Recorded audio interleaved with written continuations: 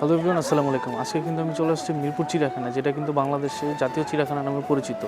তো ফার্স্টে হচ্ছে আপনার এন্ট্রির জন্য একটা টিকিট নিতে হবে। টিকিট মূল্য হচ্ছে 50 টাকা করে। আজকে কিন্তু চলে আসছি এখানে, আর এখানকার ভিতরে কী কী প্রাণী আছে, তারপর পরিবেশ কেমন, বিস্তারিত সকল কিছু থাকবে আজকে এই ভিডিওতে। সো ধৈর্য সহকারে ভিডিওটি শেষ পর্যন্ত দেখবেন। আশা করি অনেক ইনফরমেশনগুলো এই ভিডিও থেকে আপনাদের পাবেন এবং দেওয়ার চেষ্টা করব। ঢাকার বিভিন্ন প্রান্ত থেকে এখানে ডাইরেক্ট বাস আসে, চাইলে কিন্তু আপনারা উবার বা অটো, ট্যাক্সি বিভিন্ন গাড়িতে কিন্তু এখানে আসতে। শহরের ব্যস্ত জগৎ থেকে ঠিক অন্যরকম একটা জগৎ, একদম অন্যরকম একটা পরিবেশ এখানে। এখানে যেমন রয়েছে প্রাকৃতিক সৌন্দর্য, প্রাকৃতিক পরিবেশ, একদম মনোরম পরিবেশ, সেরকমই রয়েছে দেশি বিদেশি জাতের বিভিন্ন ধরনের প্রাণী। বিশেষ করে এর মধ্যে রয়েছে রয়্যাল বেঙ্গল টাইগার, তারপরে হচ্ছে পাখি প্রেমীদের জন্য বিভিন্ন প্রজাতির পাখি, দেশি বিদেশি বিভিন্ন প্রজাতির পাখি, যার মধ্যে আছে আপনার পানকৌড়ি, আরও বিভিন্ন প্রজাতির পাখি আছে যেগুলো নাম না জানা। তো বিস্তারিত থাকছে এই ভিডিওতে।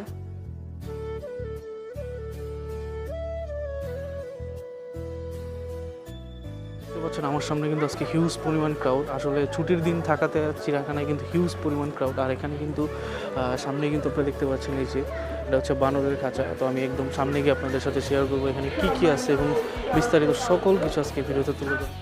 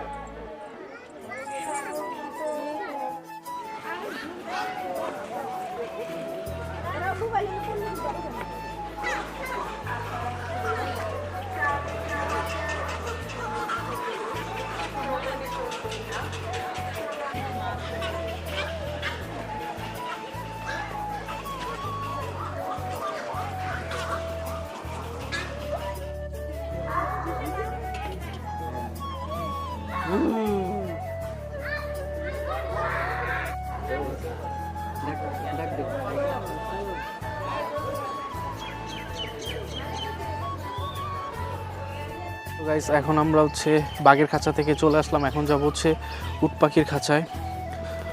আসলে আজকে এত পরিমাণ ঠান্ডা পড়ছে, দেখতেই পাচ্ছেন আবহাওয়া, যে কারণে হচ্ছে ব্লগ করতে খুবই কষ্ট হইতেছে। আব্দুল্লাহ, চিড়িয়াখানায় তো ফার্স্ট টাইম আসলা, কোন জিনিসটা ভালো লাগতেছে তোমার কাছে? বাঘ ভালো লাগছে? বাঘ বাংলাদেশের কি? আচ্ছা। সো আমরা কিন্তু অলমোস্ট উট পাখির খাঁচা চলে আসছি। আমাদের সামনে কিন্তু একটা উট পাখি বসে আছে। না, এগুলো উঠতে পারে না, কিন্তু এগুলো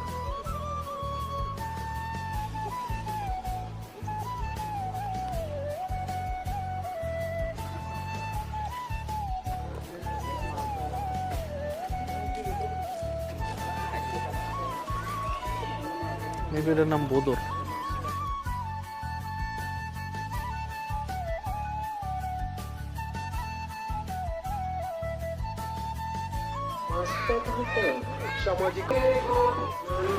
আমরা কিন্তু এখন প্রবেশ করছি চিড়িয়াখানার মধ্যে। কিন্তু একটা মিনি শিশু পার্ক আছে এই শিশু পার্কের মধ্যে। এই যে দেখেন,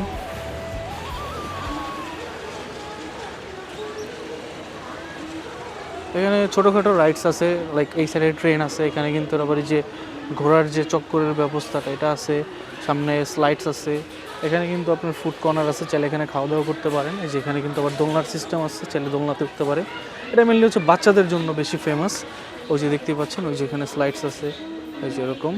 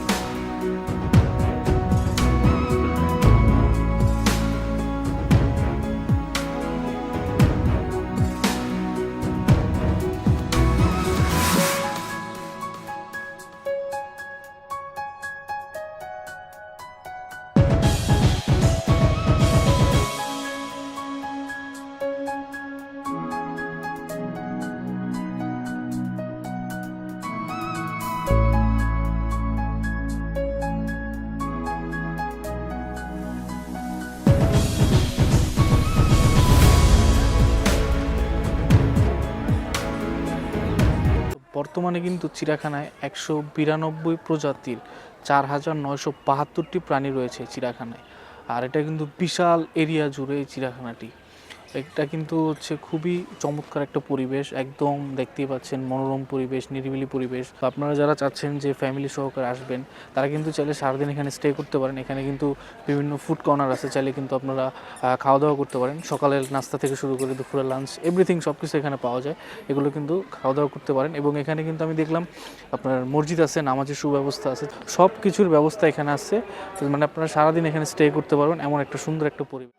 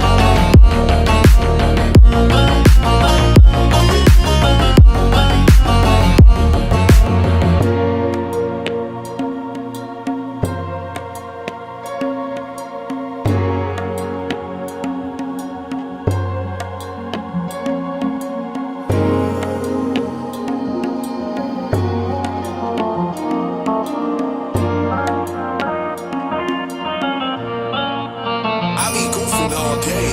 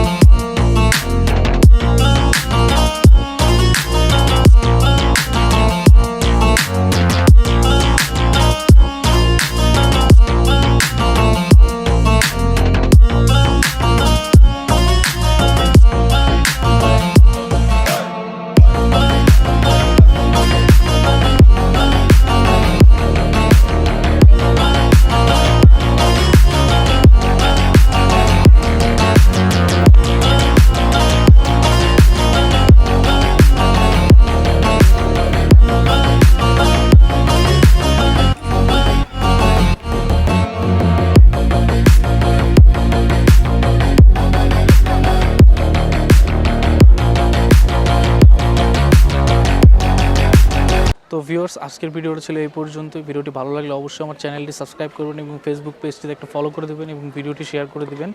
আর পাশে থাকা বেল আইকনটি বাজিয়ে দিবেন যাতে করে আমার পরবর্তী ভিডিওটি সবার আগে আপনার কাছে পৌঁছায়।